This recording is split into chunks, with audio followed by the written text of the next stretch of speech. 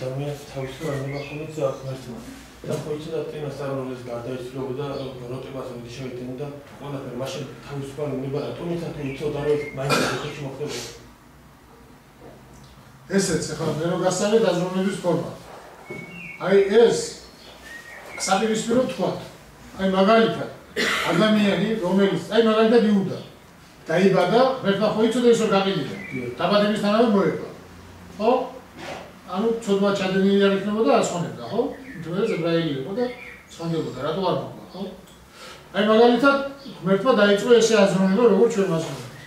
დაიბადა ადამიანი, რომელიც ცოდვა ჩაიდენდა, ჯიჯახეთში წავიდა და მოკვდებოდა და ვინც არ ჩაიდენდა, ის დარჩებოდა. აი ნახე რა იქნება? სადაც თავისუფალდება. ამიტომ ღმერთი წინასწარ ვინ რას გააკეთებს იმის მიხედვით ამოქმედებს.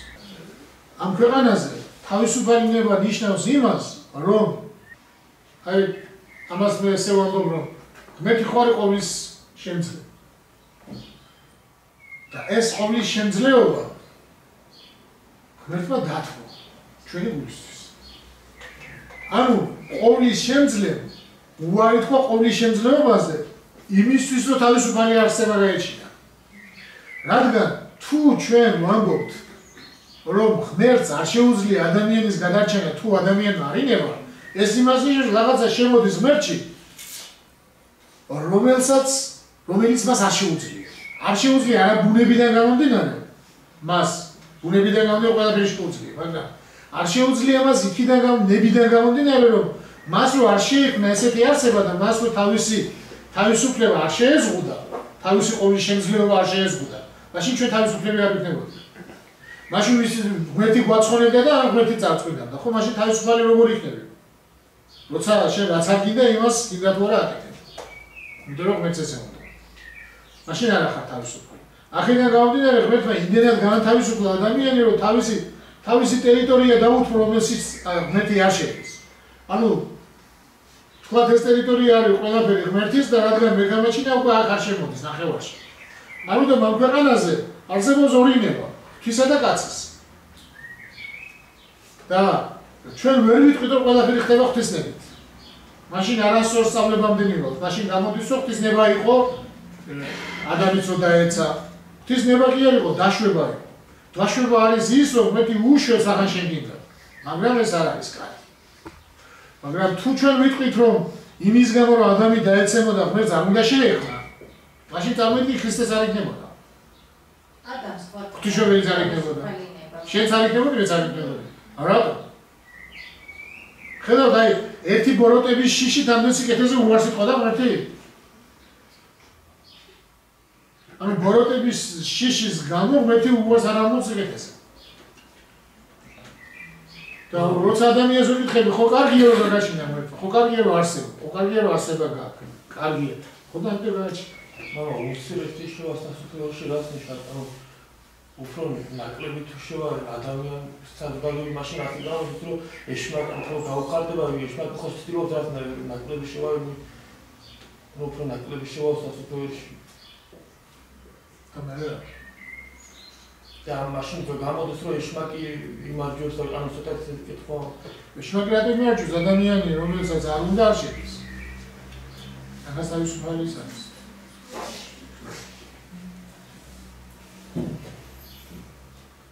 ანუ რაოდენობაზე ხო არის? რაოდენობაზე არა, სურვილებზე. ანუ შენ ამბობ ვიწრო აბზა, ხო და მცირედნი შევნება. ანუ მცირედი მიდიან ამ გზით, მაგრამ ეს როგორ არის იცი და ძალიან ცოტა ადამიანები რომლებიც თავიანთი სვლით ცხონდებიან და უფრო ბევრი იქნება ადამიანები რომლებსაც აცხონებს ღმერთი. ანუ არიან გვირგვინოსნები, აკარი დიდი ამბობს ესე რომ ლოცულობს რომ თუ გვირგვინოსანი არაო, გვირგვინოსანთა გვერდით მოხდება.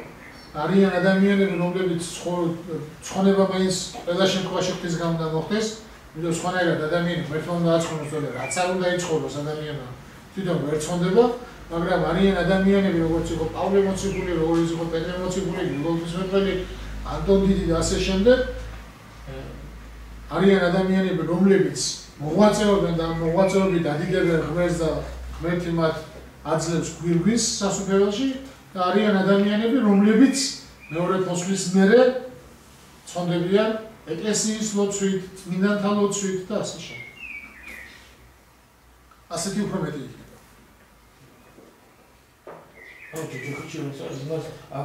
შანსი რომ მოიმან ხო მეორე მოსვლის.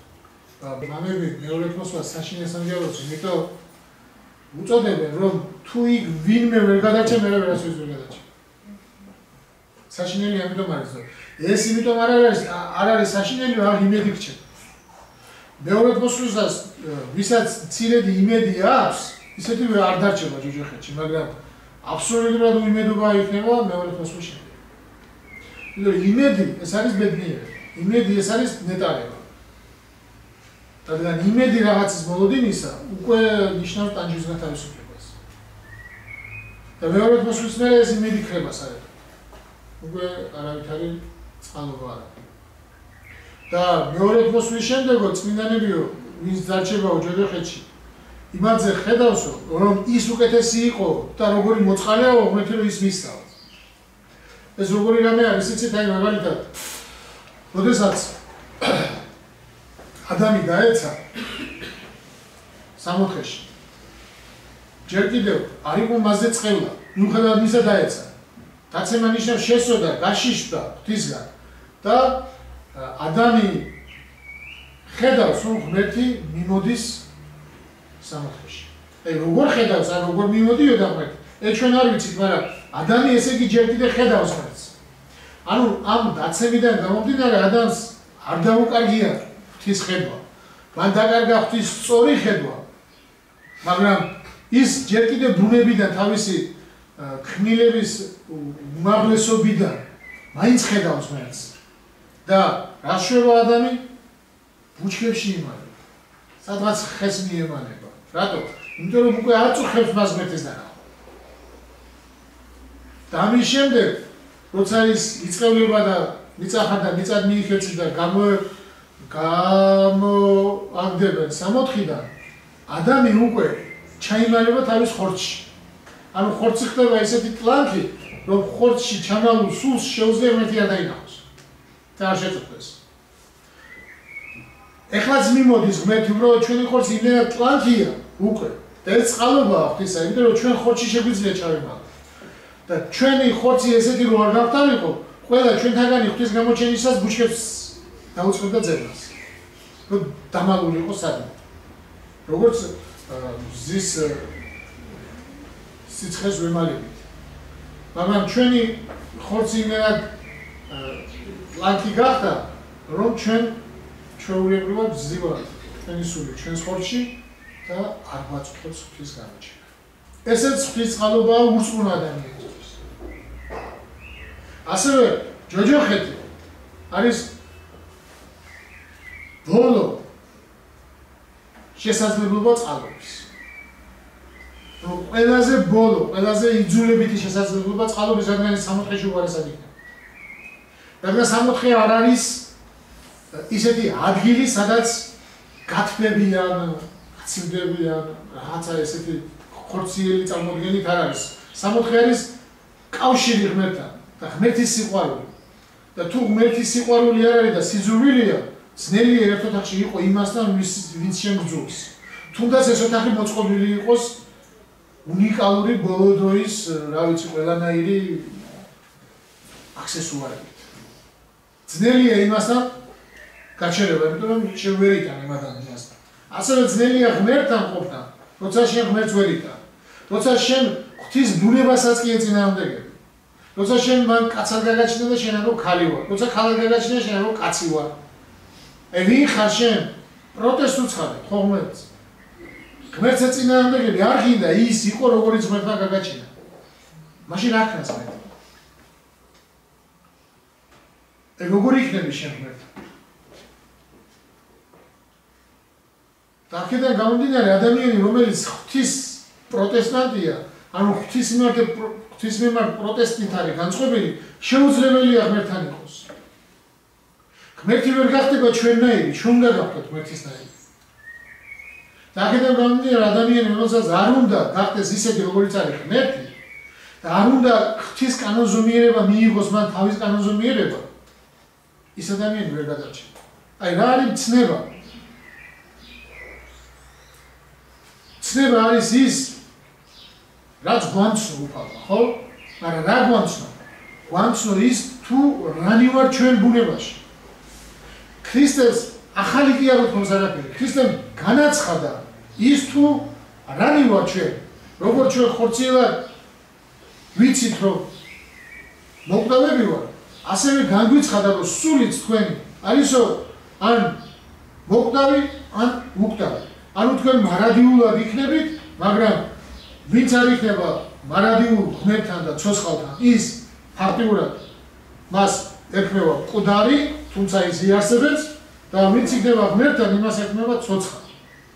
როგორც აი მაგალითად ადამიანმა რომ გითხრას რომ აი შენ სხეულს აუცილებლად ჭირდება მზის აბაზანი. ამით ექიმმა მოიგონა რამე თუ ექიმმა დაინახა შენი სხეულის მდგომარეობა და გითხრა რა შველის მას. რომ შენ სხეულს შველის მზის სხივები ამ წუთას უნდა მზის აბაზანა და აუცილებლად უნდა მიეფიცხო მზეს, ხო? ეს არის ბუნების განცხადება. შენი ბუნების განცხადება, შენი ხორციელი ბუნების განცხადება. ასევე ქრისტემ განაცხადა ჩვენი სულის ბუნება. და აი ამ სულის ბუნების განცხადება არის ცნება. და ჩვენ ამ სულის და ხორცის ბუნების შეცვლა გვინდა. რაღაცები გვინდა, რაც არ არსებობს. არსებული გვინდა არ არსებულად ვაქციოთ, არ არსებული არსებულად ვაქციოთ. თუმცა ესეც შესაძლებელია. რუსამ შესწომაში ადამიანი, ოღონდ იმ დროს თუ აღიარებს შემეშა. ცოდვა არის შეცდომა.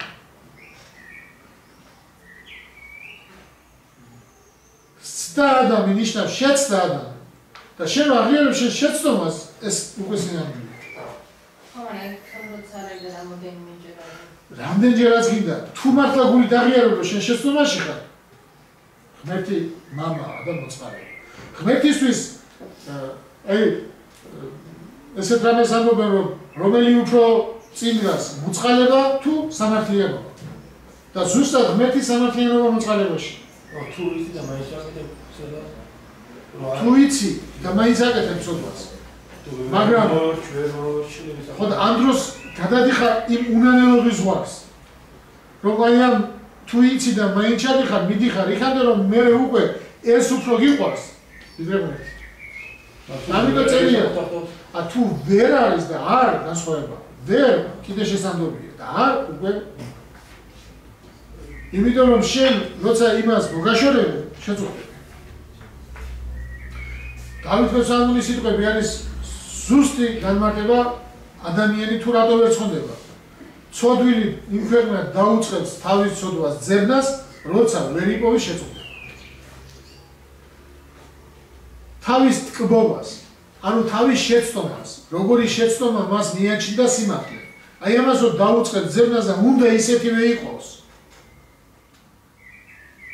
როგორიც მას მიაჩნია და რომ ვერ იქნება ისეთი შეწუხდება და შეწუხებული მდგომარეობა და ცხონება ეს ერთმანეთთან შეუთავსებელია. ამიტომაც არის ეკლესია სწავლებას ყველაზე მეტად უფრთხილდება. ყოველთვის იყო პატრიარქებს შეშლიათ. ბიზანტიის პატრიარქს შეშლიათ.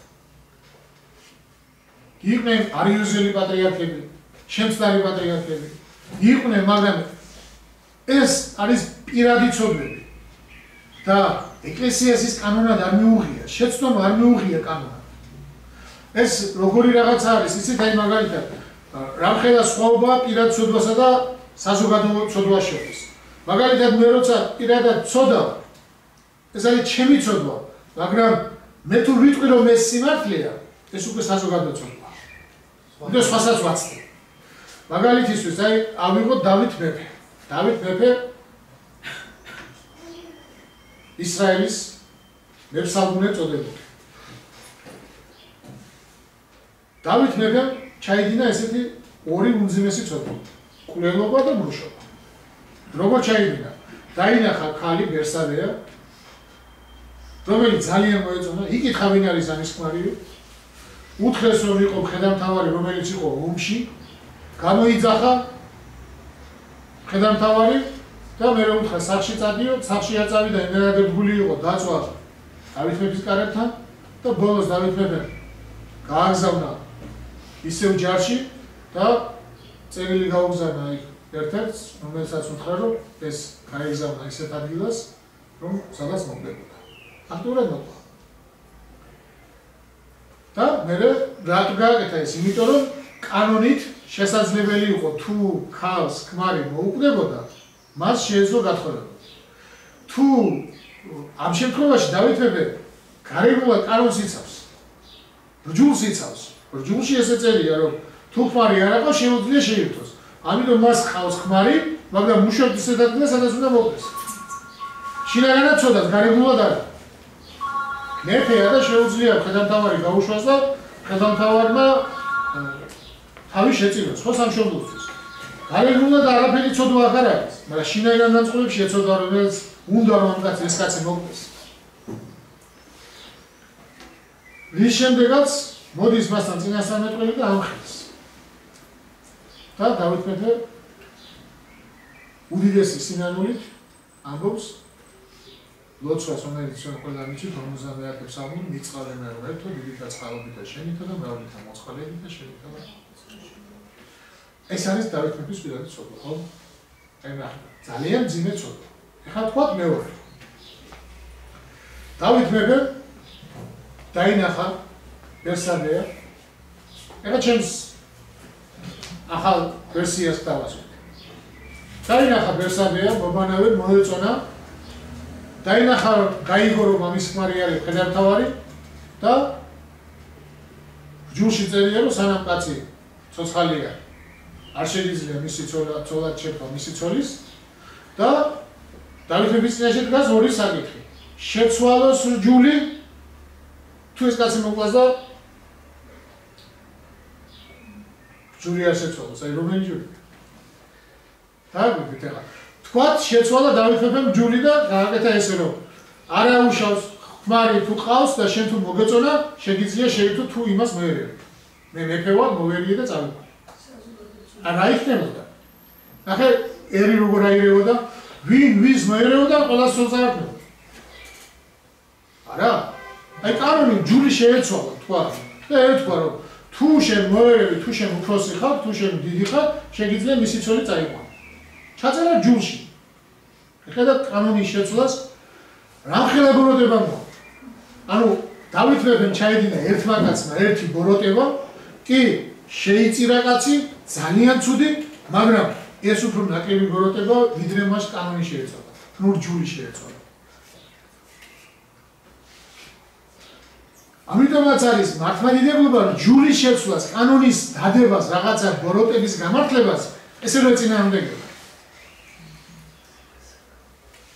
შენ შეგიძლია პირადად ცოდვაში იყო, ამიტომ ეკლესია არ დევნის პირად ცოდვას.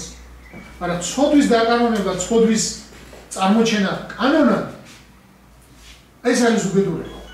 ანუ ეს რო კანონი ესო სწორია. და ასე შემდეგ. ანუ ადამიანი კი არ არის დაწუნებული. მაგრამ ადამიანის საქციელს როცა ნორმადებ შემსწარს აქციებს. აი მაშინ უკვე შეცდომაში ხარ. როგორც აი გითხარით რომ თქვათ მე ვიღაცა ყველა ადამიანს მაცხოვარმა თქვა რომ ვინც გულისხმის შეხედას მან იმრუშა და ჩვენ ყველას გულისხმა მოგვსვლია და ამიტომ ხვალ რომ ეს გულისხმა გაგვიმართლონ და გითხრა რომ არაუშავს თქვენ რომ გულისხმის შეხედეთ არ იმრუშია და კანონად მივიღოთ რომ გულისხმა მრუშობა არ ითვლებოდეს, ჩვენ ყველანი უნდა შევეწინააღმდეგოთ ამას. მიუხედავად იმისა, ჩვენ ყველას მოწვია გულში, ხო? ანუ ჩვენ ყველამ უნდა ვთქვათ, არა, არ შეიძლება მაცხოვარმა თქვა რომ ვინც შეხედა იმუშა. აი არ შეიძლება ესო სწორად ჩათვალოთ. არ შეიძლება რომ სწორი იყოს ადამიანი ვინც გულისხმით უყურებს. ის ცოდვაშია. და მე გეტყვიან შენ რო უყურებ კი, მაგრამ ცოდვაში ვარ. ხო? ახლა ჩემი მდგომარეობა კანონად დავუდო? თუ მაცხოვრის მდგომარეობა დავუდოთ კანონად? ანუ არ შეიძლება ჩვენ, რომ ჩვენი ცოდვილი მდგომარეობა კანონად, ანუ ჯულად დავუდოთ საზოგადოებას. ქრისტიანობა ჯულად, ანუ მისაღწევ მდგომარეობა დავუდო ქრისტე და არა ცოდვილი კაცი. და ჩვენი პირველ სახე, რომელსაც ჩვენ უნდა მივბრძოლოთ, ეს არის ქრისტე, რომელსაც ცოდვა არ გააჩნია. ანუ რომელსაც შეცდომა არ გააჩნია. სხვა დანარჩენი არის შემწყარი. კი, ჩვენ ვერასოდეს ვერ იქნები შეუმცდარი, მაგრამ ჩვენ ვაღიარებთ რომ შემწყარია. და როცა ჩვენ ვაღიარებთ რომ არა ვარ სწორი, აი ამით ვარ სწორი. როცა ჩვენ ვაღიარებთ რომ ვარ ცოდვილი, ამით ვარ უცოდვილი.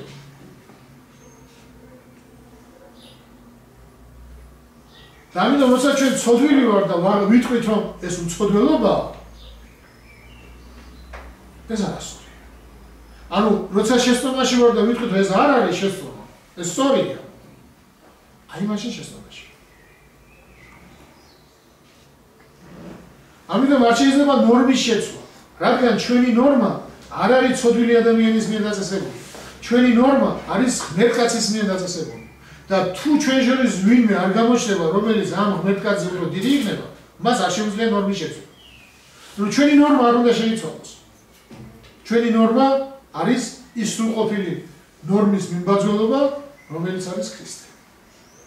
და არა ის, რომელიც ვარ ჩვენ. ჩვენ მიუხედავად იმისა, რომ ცოდვილები ვართ, ცოდვა არ უნდა გავამართლოთ. ეკლესია ებრძვის არა ცოდვილს, არამედ ცოდვის გამართლებას. და ჩვენ ყველანი ცოდვილები ვართ. ეკლესიაში არავის არ შეუძლია აღიაროს, რომ ვინმე უცოდველი.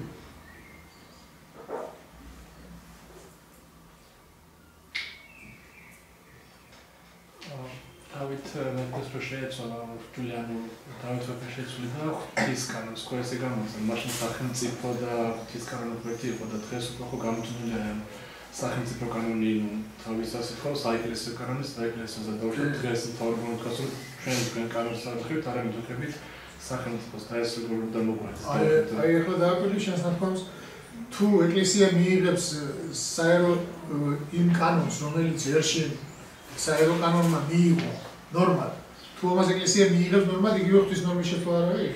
ანუ ეკლესია არ იყოს, მაგრამ მთავრობები რომ შეერატო ინტერესები. ხო და ეკლესია რომ ჩვენ არ ვღებულობ ამ კანონს. ნახეთ როგორ წინვარი თქვა. უწმინდესმა რომ არც ერთი ქრისტიანი ამ კანონს არ მიიღებს. ანუ ჩვენ არ ვეთანხმებით, არ მიიღებს ნიშნავს რომ ჩვენ ომს კი არ ვიწყებთ. არ ეთანხმებით. ქრისტიანობა, ქრისტიანობის დაცვა რა არის, იცი? არავითარ შემთხვევაში არ არის აგრესია. ქრისტიანობის დაცვა არის არ დათანხმებით. აი, რითი იცავდნენ წმინდანები ქრისტიანობას? არ დათანხმებით. ბარბარები რითი დაიწყო? არ დაეთანხმა მამას. თეკლები რომ მოწამენ. და ნებისმიერ წმინდა გიორგი რითი დაიწყო? რა? ომი დაიწყო ქრისტიანობა თუ დასაცავა თუ რა? არა თქვა ქრისტიანობის უარყოფაზე.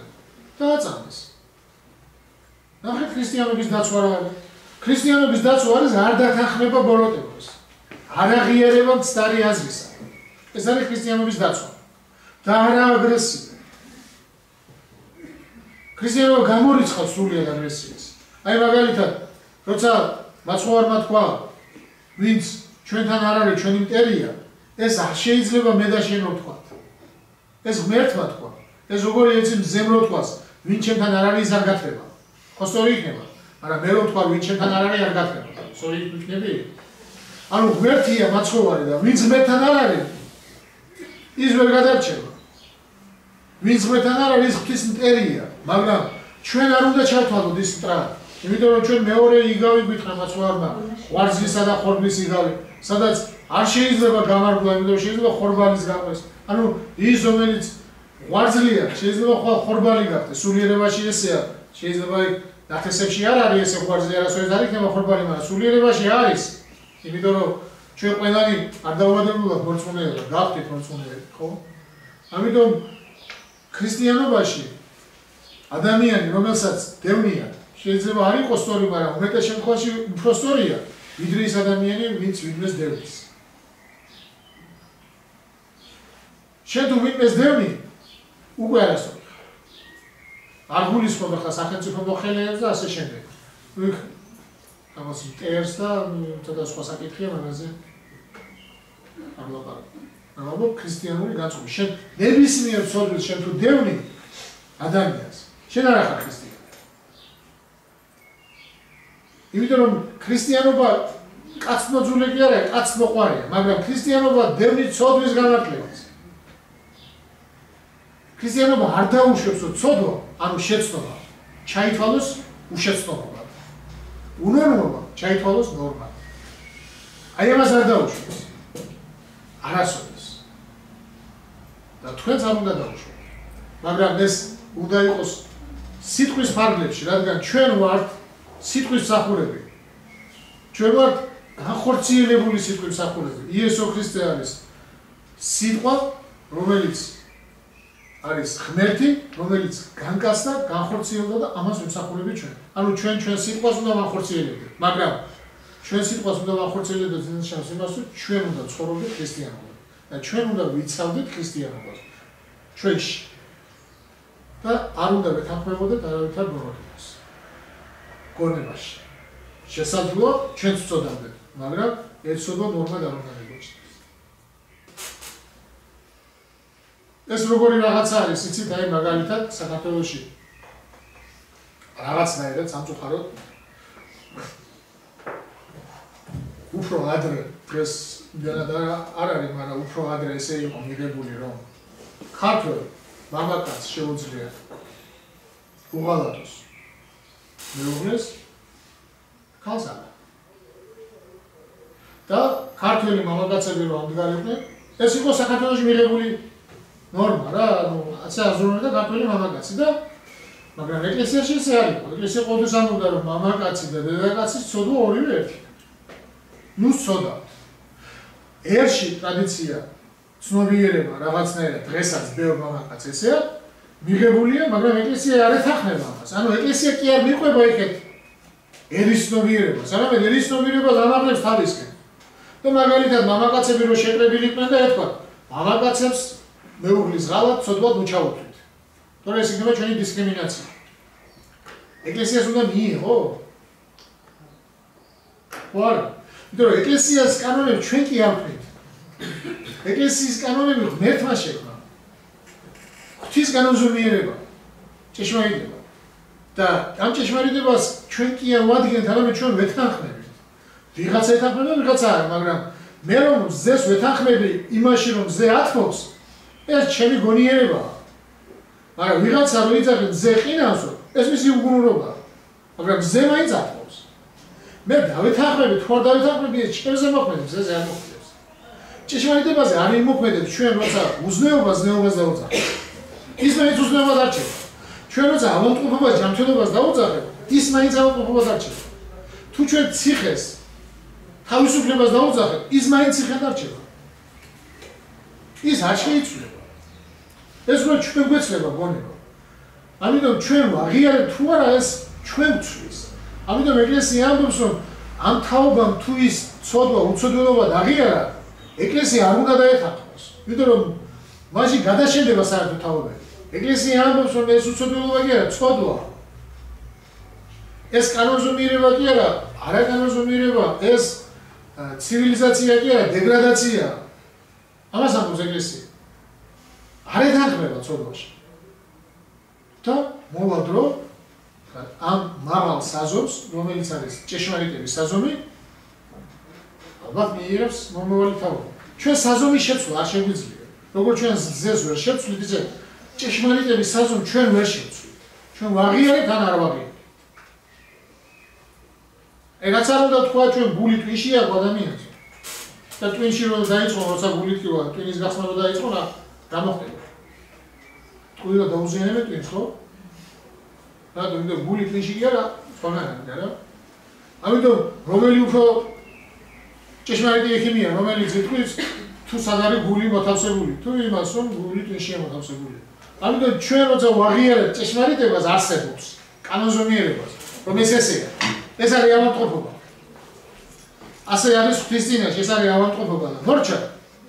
ამას ჩვენ ვაღიარებთ, რომ ჩვენ კი არ ვქმნით ამას ავადმყოფობა და ცოდვა. ან ჯანმრთელობა. ჩვენ ვერ დავადგენთ.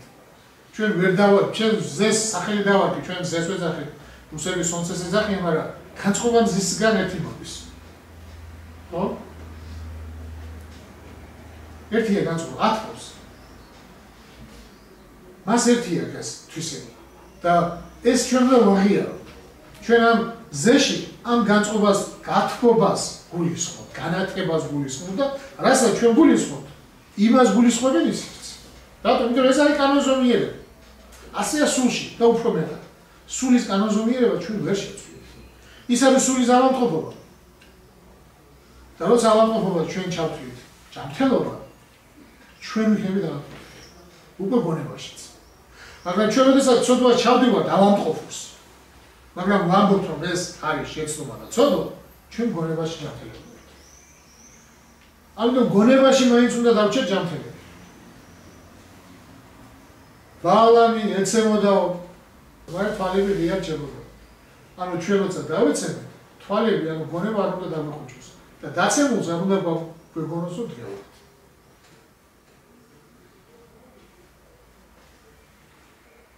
როცა ვიტყვით დაცემულები, ჩვენ დგევართო.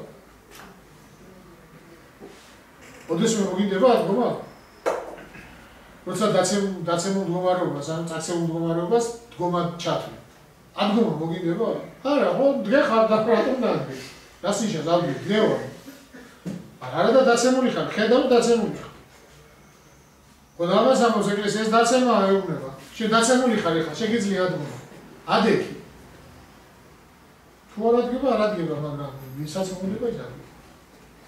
ანუ ნორმის შეცვლა არ შეიძლება.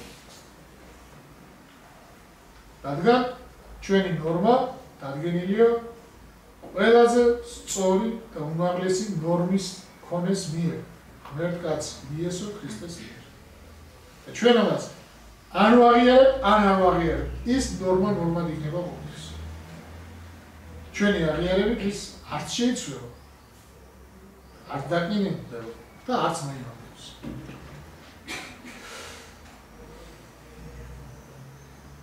გავაკალეთ.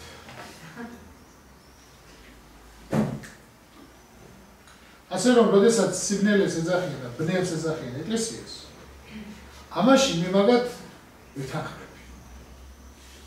რაოდენ გასაკვირი არ იყოს, ვეთანხმები. იმიტომ, რომ ზოგჯერ დიდი ნათელი ბევრისთვის დამაყრალებელი. ისინი, როცა ბრმავდებიან, ამბობენ სიბნელეა. არა და სიბნელეა, პირიქით. მაგრამ როგორც ადრე გითხარით, ადამიანზე წერია, რომ როდესაც შეჭამა აკრძალული ხის ნაყოფი, იოანე დამასკელი წერს, რომ მას მოშორდა საღმრთო უგუნურება. საღმრთო უგუნურება ნიშნავს, როგორც საფრთხო გონიერება თუ უგუნურება. ფილოლოგს უცებ შენიშნავთ საფრთხო უგუნურება რას ნიშნავს? ხო, ანუ ადამიანს მოშორდა საფრთხო უგუნურება. საფრთხო გონიერება კი არა, უგუნურება. იცით რას ნიშნავს? ანუ ის ღვთიური ძალა, რომელიც მიწიერად უგუნურს ხდიდა ადამიანს. ის ღვთიური ძალა, რომელიც სულიერ გონიერებას აძლევდა და არ ახორციელებს. ის ღვთიური ძალა, რომელიც აღიდაცება